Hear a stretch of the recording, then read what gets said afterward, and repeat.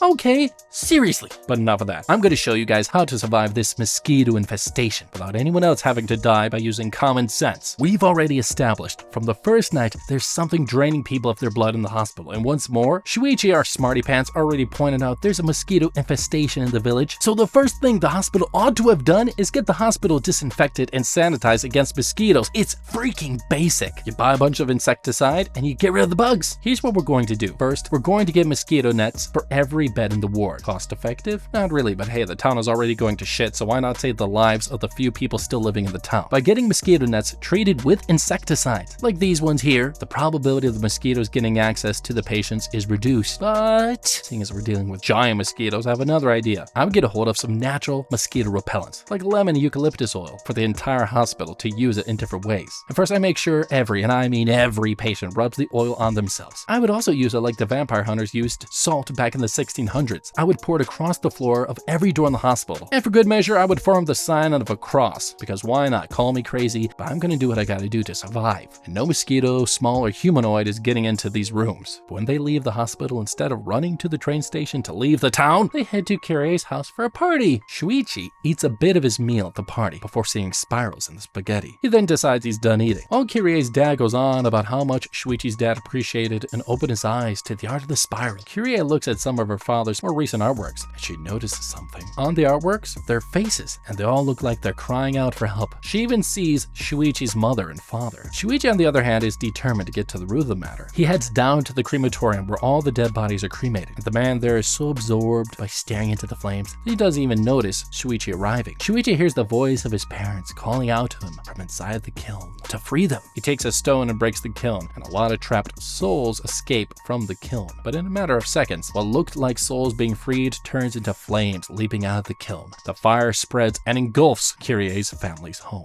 Just when you think things can't get worse, oh, you're wrong. A typhoon shows up over the town, and get this, it's calling for Kyrie. In response, the typhoon sucks up everything wherever she goes because, hey, it's trying to get her attention, I guess. A girl with a striking resemblance to Kyrie comes to join Shuichi to pull her off from the debris, but she gets sucked up by the typhoon. When the typhoon realizes it isn't Kyrie, it spits her back down to earth, and she dies from impact. Kyrie runs away, and the typhoon, like an unrequited lover, throws a tantrum and begins to suck up the entire town. They escape into a tunnel where there are spirals in there as well, and the spirals form into another typhoon to suck them into it before joining together with the typhoon in the sky. When the typhoon passes, Kyrie's parents finds them at the base of a large spiral pool at the center of their town. They escape to a basement house, but there's something off about it. A few hours after they arrive, a neighbor introduces himself to them and tells them about the family living next door to calm them down about their fears of a monster. Shortly after, they hear their elderly neighbor crying. Her son is dead, but the death is so gory that Kyrie decides to say nothing about it to her pesky neighbor. The neighbor, however, has fallen for her and decides to use the peeping hole that the late neighbor's son had to stare at Kyrie.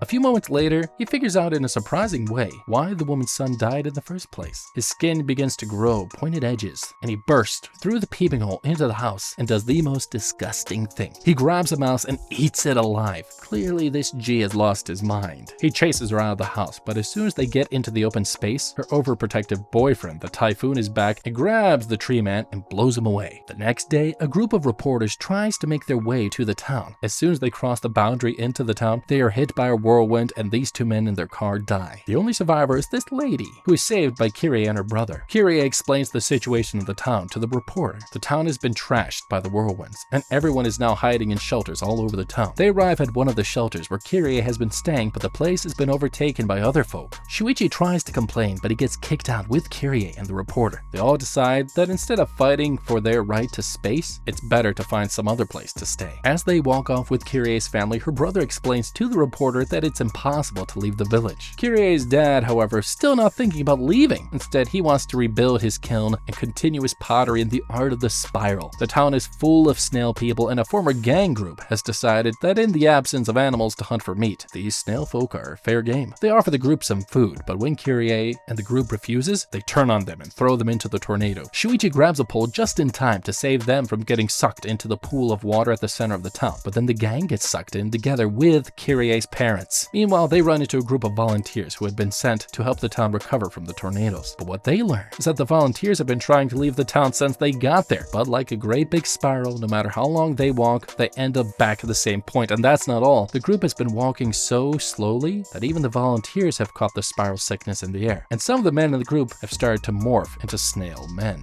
Okay, it's crazy how fast these things unfold, but really, the volunteers didn't have to die. Here's what I would have done. There are a few things that have been established by this point. 1. Shuichi is the smartest person in the group, and is right most of the time. The second is that people that turn into snails are generally slow. Slowpoke way back in the beginning, who only came to school on rainy days for some reason, came to school late all the time. To people like their teacher who always allowed Mr. Slowpoke into class all the time, till eventually he turned into a snail himself. From this, we can figure out one thing. Shuichi is right that the reason the curse of the spiral is catching up to the volunteers is because of how slowly they are walking. He says it in passing, but really, this is the key. Here's what I would do. I would go faster. Basic, I know, but it's the easiest way out. I would increase my walking pace. The average speed of a human walking is about 3 miles per hour. This speed can be affected by a lot of factors, and in the case of the volunteers, they're already walking well below this speed because they're walking slow enough for their pace to be likened to that of a snail. So first things first, I would start by increasing the walking pace to a basic average speed of a fit human being, and by walking faster, the spiral's curse will no longer have its maximum effect on them. And even if it would, the speed of morphing would largely be delayed, hopefully, until help comes, somehow. And another factor that cannot be overlooked in trying to increase our pace, however, is the terrain. With all the debris lying around, there's hardly any walkable pathway for them to thread. So to figure this out, I would recommend putting that nasty gang of riders to walk. Considering that they are able to ride the tornadoes, they would be in the best position to partner with to clear a path for the group to walk on. So the gang becomes like a vanguard, where we will move speedily behind them on the road, free of debris, and eventually we may even be lucky enough to find a way out before those fully affected morph into snailmen. Meanwhile, another group makes it to a shelter, but the inhabitants refuse to let them in. They decide to force their way in, and that's when they discover that all the people inside have tangled their bodies into one disgusting hole. The doors burst and faces of people with tangled knots and morphed bodies pour out of the building. They use broken wood to hide their bodies. Kyrie and the volunteers spot a group of rescue ships on the horizon, and they're so happy! But their joy is short-lived. As soon as they see them, a whirlpool shows up in the midst of the sea and swallows them all. They head back clearly depressed, and Shuichi finally joins the gang to eat some human snail meat. Kyrie looks disappointed, but he tells her they are already marked by the spiral curse. As if to confirm how right he is, they head back to the shelter where Kyrie left her mom and her brother is alone under a pile of wood. Her mother has been carried by the wind. Her brother, however, has also been infected by the snail sickness, and the snail shell spiral has shown up on his back. They carry him and head for the hills in a last-ditch effort to survive the village. After walking for a long time, they realize they've been walking in circles. Everything is beginning to turn into a spiral now. One of the men that joined in eating the snail humans abruptly turns into a snail human, and his depraved psycho friends pounce on him without a second thought. He retreats into his shell, but one tries to chase him inside and gets swallowed up by the shell. Kyrie's brother eventually turns into a snail, but she helps him escape. From the top of the mountain, they see an overview of their village, but it's very different. The village landscape has been completely altered. All the houses have been arranged into a giant spiral. Kyrie and Shuichi, for different reasons, decide to explore inside the spiral houses. Kyrie wants to find her family, and Shuichi, finally driven by his obsession with the spiral, wants to see what exists at the center of the spiral. As they enter, they run into the leader of the volunteer group from before, but it looks like he's aged, like as if he's been living in the village for years. Kyrie asks him about her family, and he directs her to the dragonfly pond at the center of the village, but warns them they may never get there because no matter how long he walks, he never gets to it. They walk through broken walls and notice that the gummed humans are the ones forming the spiral buildings. Shuichi lets them in on a theory that the town has always been a spiral, and at certain points in time, it must revert back to its original shape. Pretty intelligent if you ask me, and I would love to ask him how he figured that out, but we're running out of time. They see smoke rising from a kiln and decide that it is their best bet at finding Kyrie's family. They run through a house with bodies in between, but as soon as Shuichi and Kyrie are out, the reporter realizes why she is the main character her, and she gets trapped by the house, and voices announce that the buildings are now all connected. Then all the houses, everything, acts like a giant toilet and begins to flush all the gummed bodies down the proverbial drain. Because by the time Shuichi and Kirie enter one of the buildings, it's empty. Same with all the buildings they walk through as they approach the center of the spiral. And once there, they find a large hole, most likely where all the gummed bodies went. Kirie says she's going down because she can feel her parents are down there, you know, in some sort of sensory ninja type of way. Shuichi accompanies her, but gets caught by Spiral Man on the way down, and he falls through a loop of stairs while Kirie continues walking down all by herself. Eventually, her leg slips close to the base, and she falls to her death. Or not. A spiral breeze slows her fall, and she lands on spiral grass. In front of her, there is a giant spiral ruin made of everything spirals. On the floor beside her, there is a sea of mangled spiral human bodies, all facing the giant spiral ruin. While calling out and searching for Shuichi, she finds her parents' faces, and a part of their bodies are now also merged with the sea of bodies around her. And that's when Shuichi calls out to help. He focuses on his theory and proves that he was right all along. After fighting the curse together for as long as they did, they decide to give in to it and stop resisting. Shuichi stretches out his hands to Kirie, and their hands meet. They spin together like two flamingos kissing. It's adorable and gory and horrible, and I hate all of it. And they rise up back up to the surface as the central point of the spiral, and brings the spiral curse to an end. And finally, this very sick and weird twisted freaking anime is over. Thank God. Until next time, guys, like, comment, share, and subscribe, and don't forget, stay away from spirals, please.